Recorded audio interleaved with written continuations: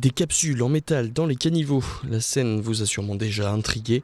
Il s'agit de protoxyde d'azote, utilisé entre autres pour faire des chantilly. Mais ce gaz a aussi un pouvoir euphorisant, il est par exemple utilisé en médecine pour diminuer la douleur du patient.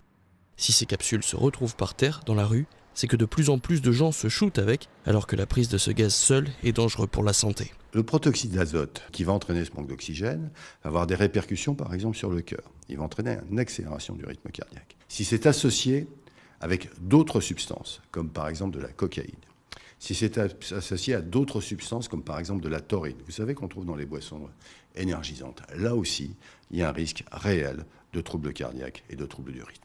Alors maintenant, il y a également d'autres effets secondaires. Une habitude de prise de protoxyde d'azote peut avoir, de manière tout à fait sévère, des répercussions sur le système neurologique, à la fois la moelle épinière et à la fois le cerveau. Ce stupéfiant est de plus en plus prisé, il coûte quelques dizaines de centimes l'unité et on peut se le procurer sur internet ou dans des commerces. Certains bars à chicha en vendent par exemple, et sa consommation n'est pas interdite, mais elle reste dangereuse.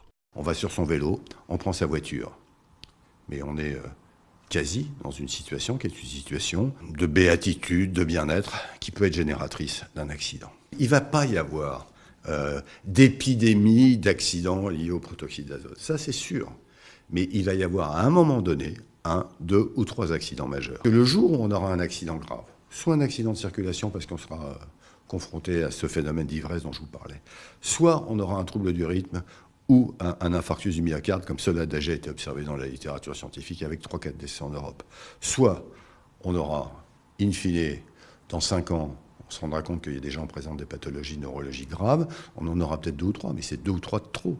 Aujourd'hui, l'inhalation de ce gaz reste légale. En Belgique et en Angleterre, on commence à demander l'interdiction de vente de protoxyde d'azote aux mineurs. En France, certains commerces, notamment en cuisine, ont mis ce protoxyde d'azote sous surveillance et ne le vendent qu'à certaines conditions.